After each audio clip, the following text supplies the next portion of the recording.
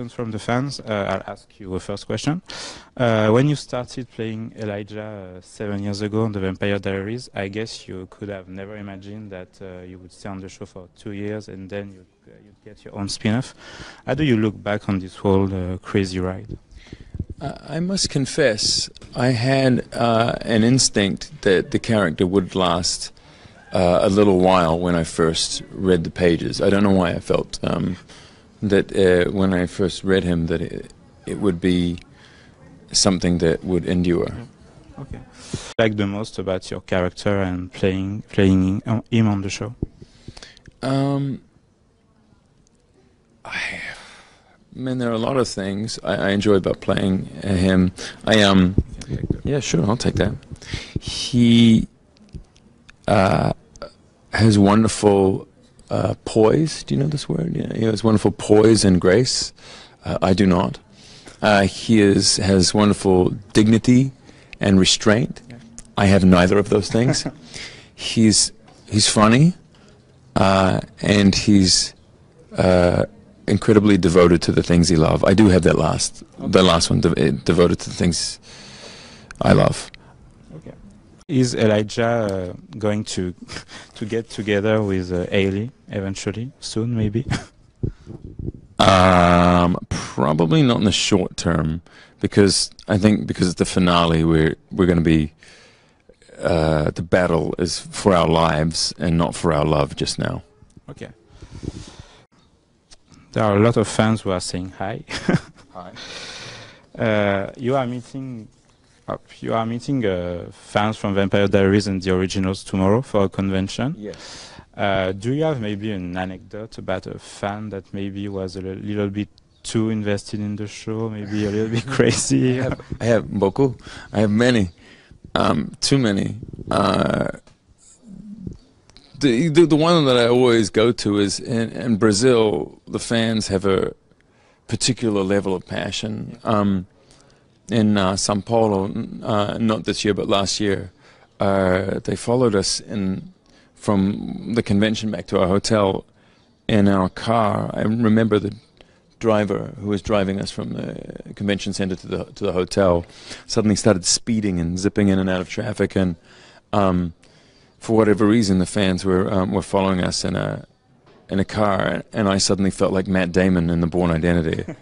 It was the coolest I've ever felt, and that's about. I think I remember that one particularly because it was frightening the way that we were sort of driving to escape. But that's about the extent of it. I'm sure that Ian's got some really peculiar ones.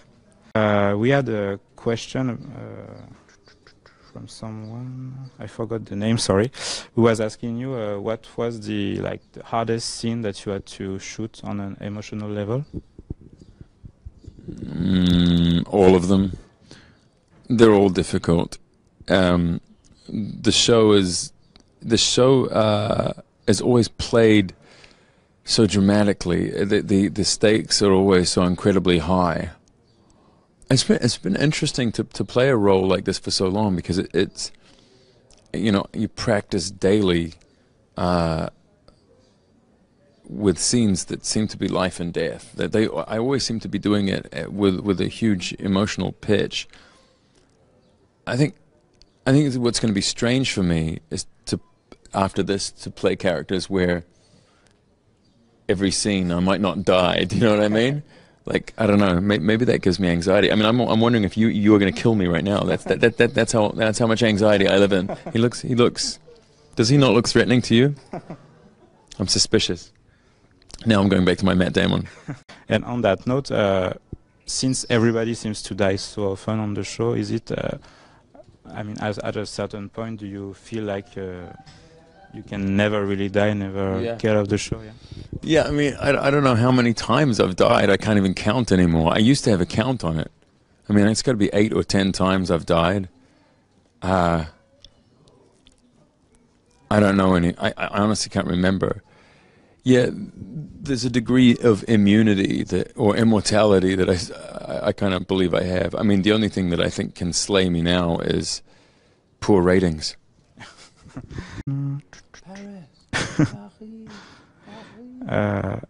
Oh yeah. I'm sorry, I'm still jet lagged from I can't believe I'm here. You directed your first episode this year. Yes.